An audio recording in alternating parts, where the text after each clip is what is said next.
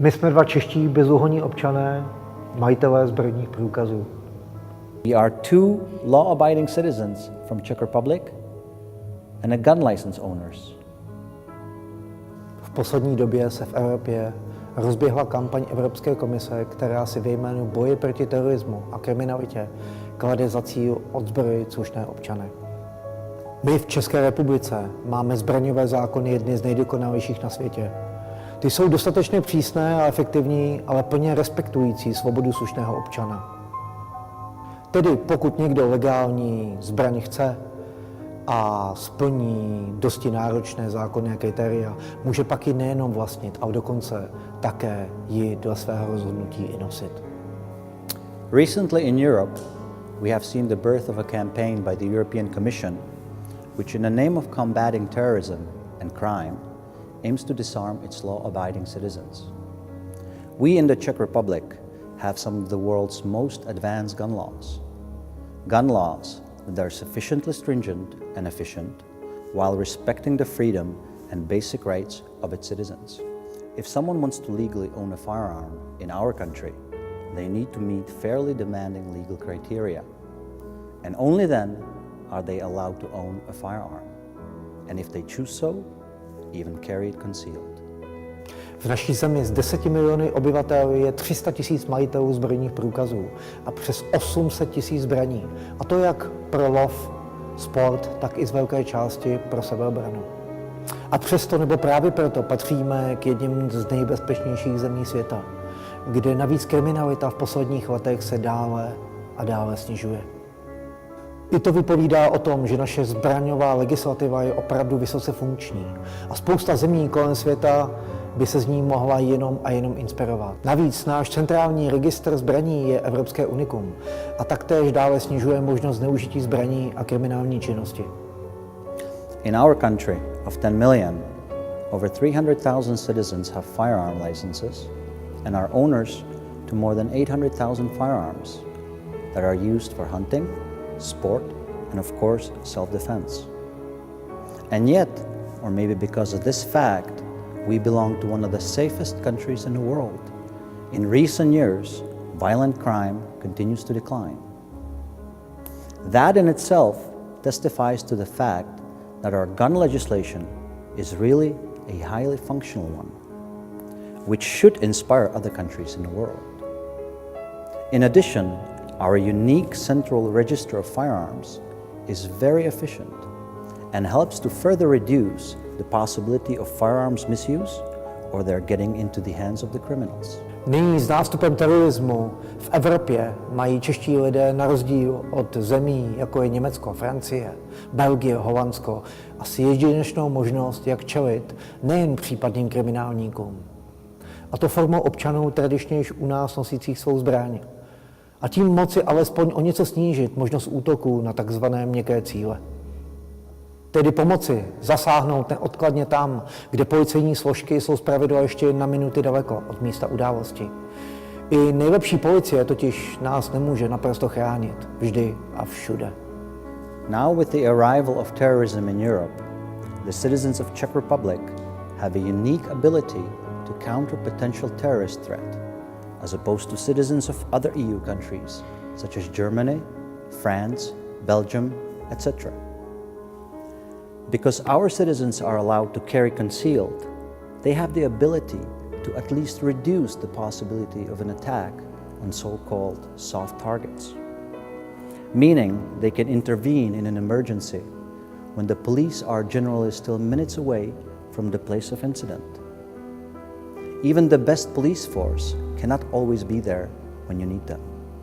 Takovou šanci jako my ovšem ve státech EU na západ od nás nemají.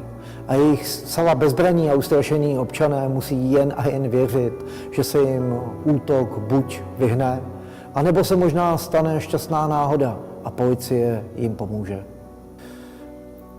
Takový zázrak žel ale, jak vidíme, častěji a častěji se obvykle žel nekoná. Protože jejich vlády již většinu jejich zbraní postupně zabavily.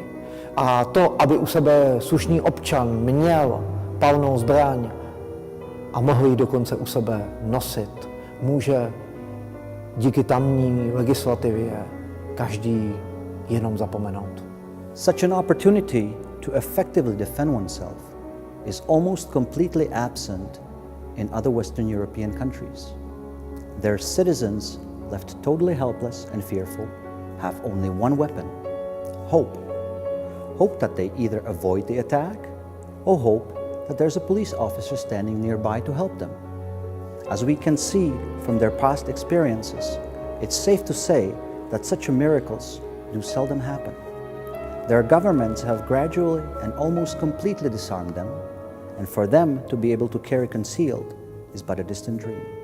A přesto tam nyní všude nejen kriminalita strmě stoupá, ale nevinní civilisté jsou čím dál častěji džihadisti popravováni, aniž tomu státní složky jsou schopny nějak efektivně čelit. U nás by totiž nemohli teroristé na veřejnosti jen tak beztrestně řádit. Neby je s velkou pravděpodobností nějaký občan se svojí zbraní mohl v jejich hrůzné činnosti zastavit. Totiž zabíjení v Bataclanu a jinde nemohli. Neměli čím a jejich vlády jim totiž nechali proti teroristům jen holé ruce. And yet, crime there is rising sharply. Innocent civilians are being executed with increasing frequency, and their state security apparatus is completely unable to effectively combat this threat. In our country, it's unlikely that terrorists could kill with the same impunity, simply because of the chance that someone in the public is likely to be armed and have the ability to effectively put an end to their horrific actions. Those killed in Bataclan and elsewhere in Europe didn't have that ability, simply because their government left them with empty hands.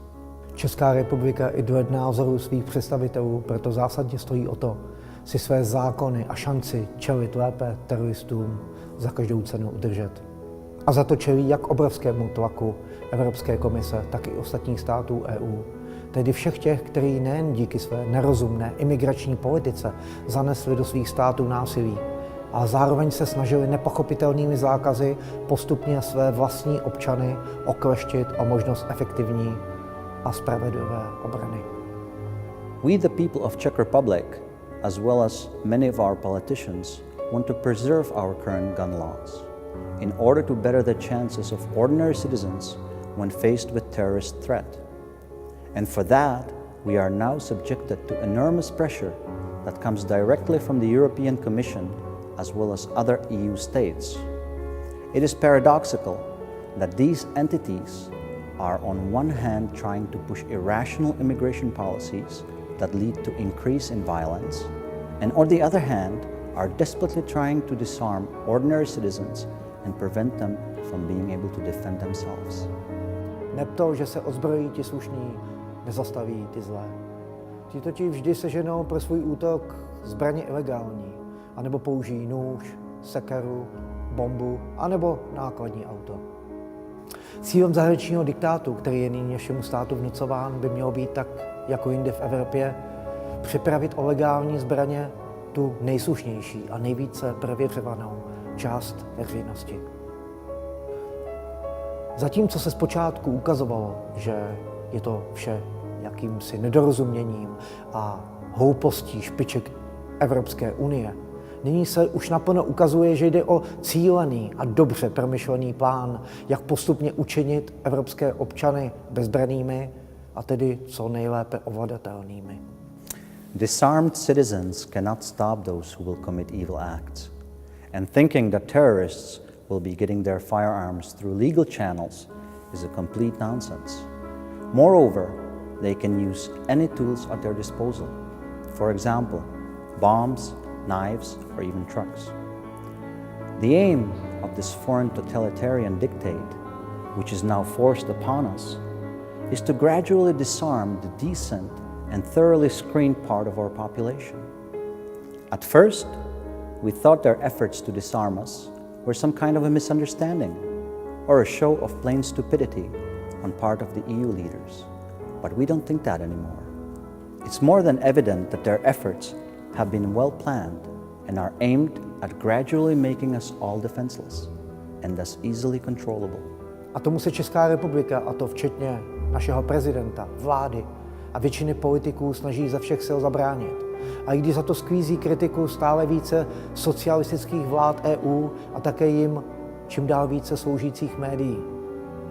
Naštěstí u nás máme představitele státu, kteří nechtějí, aby naše země dopadla tak jako většina těch po Evropě, kde již na zajištění veřejného pořádku rezignovali a kde se policie dokonce bojí do některých zón i chodit. Despite being extensively criticized by the EU socialist government and its servile prostitute media, we the citizens of Czech Republic, including our president and most politicians, are doing our best to prevent this.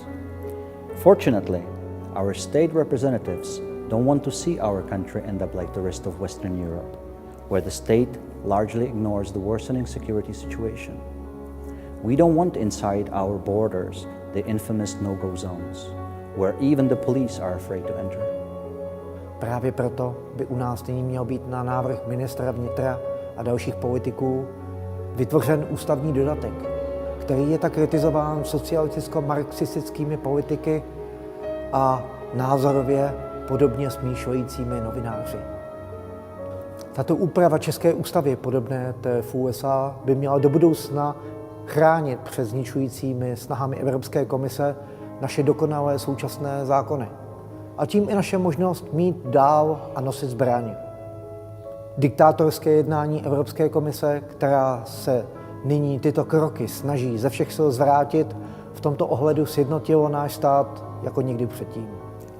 This is precisely why our Minister of the Interior has proposed the amendment to our Constitution that in some way may resemble the Second Amendment in the United States.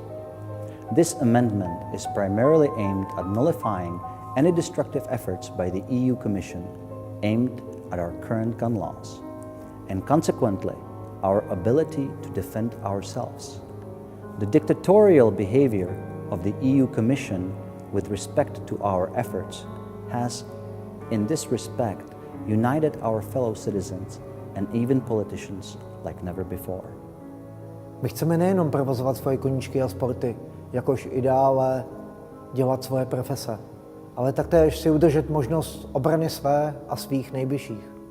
Nechceme, jako ti nedávno v Paříži, bezmocně čekat, až nás někdo bude beztrestně zabíjet jak bezbranné ovce. Cílem nového práva bezúhonného českého občana zbraň rozhodně není vytvořit nějaký divoký západ, jak médiím podsouvají současní bruselští vládcové Evropy, ale spíše zabránit tomu, aby se ten skutečný divoký západ z Paříže, Berlína, Bruselu nepřesunul postupně k nám. We only want to continue to pursue our hobbies or better ourselves in our professions while retaining the ability to effectively defend those that are closest to us. We don't want to wait to be slaughtered like defenseless sheep. Creating conditions like they had in the Wild West is certainly not the objective of the proposed amendment. It is quite the opposite.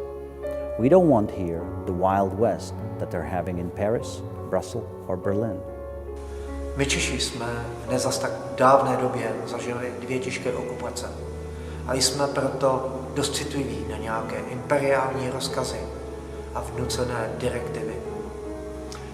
Svého majetku, legálních zbraní pořízených v souladu s našimi vysoce funkčními zákony, se zkrátka nechceme vzdávat, a zvláště ne na rozkaz nějaké zahraniční mocnosti.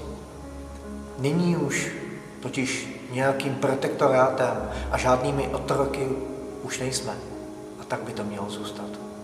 In not so distant past, our country has experienced 2 grievous occupations.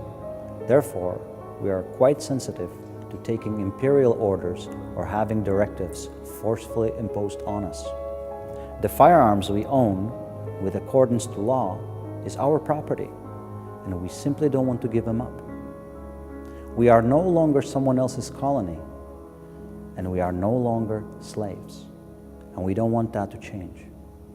Za druhé světové války naši národní hrdinové, parašutisté ze skupiny Anthropoid, kteří se skočili na okupované území, v následné slavné akci zabili protektora, vraha českých lidí, SS Gruppenführera Reinharda Heydricha. Následně se hodiny bránily obrovské přesily nacistů v kryptě jednoho pražského kostela. Na výzvy, aby se vzdali, odpověděli památnou větou. To samé my nyní vzkazujeme nejenom do Bruselu, ale celému světu. During the Second World War, our brave paratroopers from the group called Anthropoid showed great courage when operating in occupied territory and killing the feared murderer of our people, Reinhard Heydrich. They have then, for many hours, defended themselves against overwhelming number of German soldiers. And when they were called upon to surrender, they replied in the following memorable way. Jsme Češi, nevzdáme se, nikdy. We are the Czechs. We will never give up.